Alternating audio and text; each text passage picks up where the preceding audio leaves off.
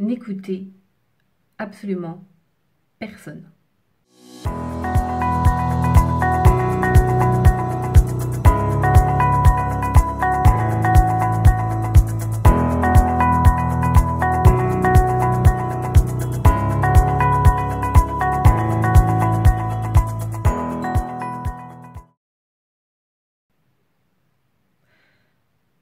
Alors je suis très bien placée pour vous donner ce genre de conseils parce que je suis la première et surtout j'ai été la première à écouter tous les conseils des autres, à prendre pour argent comptant tout ce qu'on me disait, surtout quand c'était un maître spirituel, un énergéticien, une chamane, un thérapeute, un médecin, tout ce que tu veux, sauf moi-même.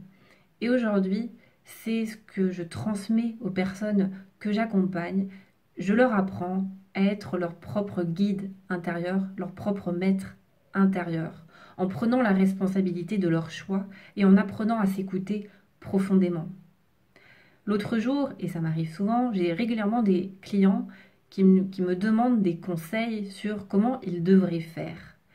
Et une personne l'autre jour m'écrit en me disant, voilà, j'ai lu dans tel bouquin que selon ma numérologie, je devais travailler sur tel et tel aspect. Qu'est-ce que tu en penses?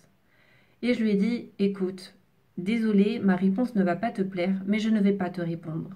Parce que si tu dois bien retenir une chose du travail qu'on fait ensemble, c'est ne prends jamais pour argent comptant ce que te dit n'importe qui, peu importe son statut, que ce soit un livre, que ce soit moi, que ce soit un médecin ou un thérapeute.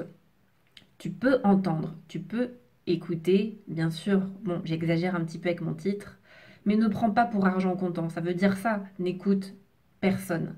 Dans le sens où tourne le regard, passe de l'extérieur à l'intérieur pour regarder en toi et écouter ce qui fait sens pour toi. Est-ce que ça a du sens pour toi de faire telle ou telle chose maintenant? Et je vous dis ça, et je vais vous partager moi, mon expérience personnelle, c'est que je disais, moi j'ai été très influençable en fait. Et je me souviens d'ailleurs que je peux raconter des dizaines et des dizaines d'anecdotes, hein. Mais je me souviens qu'il y a une dizaine d'années, je pense, non, un peu moins peut-être, j'avais fait un test de personnalité et je me souviens qu'il y avait une chose qui avait écrite, c'était, le test me disait à la fin que la chose que je ne pourrais absolument jamais faire de ma vie, devinez quoi? Une retraite de méditation. Qu'est-ce que je fais aujourd'hui? J'enseigne la méditation. C'est-à-dire que j'ai fait plusieurs retraites de méditation. Ça, c'est un exemple. Le livre Les tests de personnalité m'ont dit que je ne pourrais jamais faire de retraite de méditation de ma vie par rapport à ma personnalité, à mon profil. Mais comme je suis un peu têtue, hein, c'est mon côté guerrière, eh bien j'en ai fait qu'à ma tête. Et donc je n'ai pas tenu compte de ce qu'un test de personnalité me disait, c'est-à-dire qu'il me figeait dans un moule, je me suis écoutée. Et oui, à l'instant T, peut-être qu'au moment où j'ai répondu à questionnaire, c'était juste inimaginable pour moi. Sauf qu'en fait, ça s'est fait pas très longtemps après. Et je ne l'ai pas fait pour prouver quoi que ce soit, c'est que c'est venu naturellement. Et ça, mais il y a plein de fois où dans ma vie, je suis reconnaissante envers moi-même et je suis fière de moi-même parce que j'ai réussi à ne plus me laisser influencer. Et donc pour moi, une des principales qualités d'un guerrier pacifique, c'est, et, je me permets de l'enseigner parce que j'ai été tout l'inverse, c'est de développer la référence interne. C'est-à-dire que moi, je cherchais tellement les réponses à l'extérieur de moi, et je le fais encore, hein, ne vous inquiétez pas, hein, je continue de travailler sur moi, mais en tout cas, je me soigne, et de plus en plus, j'essaie de me poser la question, mais et moi? Peu importe le statut de la personne qui vient de me dire des vérités à propos de moi ou de ce qu'elle estime être une vérité, ou de me dire voilà, toi, ta personnalité, c'est ça, ta mission de vie, c'est ça. Je fais toujours et de plus en plus, non pardon, pas toujours, de plus en plus en fonction de moi-même, de ce que je ressens profondément en moi. Est-ce que c'est juste pour moi, ici et maintenant, de faire les choses comme ça? Et ça, c'est vraiment pardon, c'est vraiment ce que j'ai envie de vous transmettre et de, voilà, oui, de vous partager, de vous donner. C'est cette clé, c'est vraiment posez-vous la question, mais et moi, qu'est-ce qui fait sens pour moi ici et maintenant?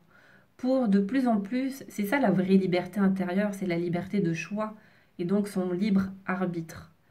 Et donc peut-être de vous poser la question, à quel moment je me laisse un peu trop influencer par ce qu'on attend de moi, ce qu'on a dit de moi, et comment je peux retrouver mon propre pouvoir personnel en faisant mes choix de manière responsable, en utilisant mon libre arbitre. Et c'est comme ça qu'on tend de plus en plus vers la liberté. Pas en allant chercher les réponses à l'extérieur, mais bien à l'intérieur. Et comment on fait concrètement? Eh bien moi, c'est la méditation, entre autres, qui m'a permis justement de descendre dans mes profondeurs, de m'observer, de mieux me connaître, de mieux m'écouter et justement d'aller de plus en plus en contact avec mon maître intérieur. Donc si ça vous intéresse, si vous avez envie d'aller plus loin dans ce processus d'écoute intérieure et de développer justement votre référence interne, je vous invite à suivre mon programme pleinement présent qui dure 10 jours et qui vous permettra d'aller à la rencontre de votre être profond et donc de votre maître intérieur. Parce que le vrai maître, il est à l'intérieur de vous, pas à l'extérieur. Si cette vidéo vous a aidé ou vous a parlé, eh bien pensez à la partager au plus grand nombre. Je pense qu'on a besoin d'entendre ce genre de message, surtout aujourd'hui dans le milieu du développement personnel. Arrêtons de chercher les réponses à l'extérieur, mais tournons le miroir et regardons à l'intérieur. Dites-moi en commentaire comment ça résonne en vous et je vous dis à très bientôt pour une prochaine vidéo.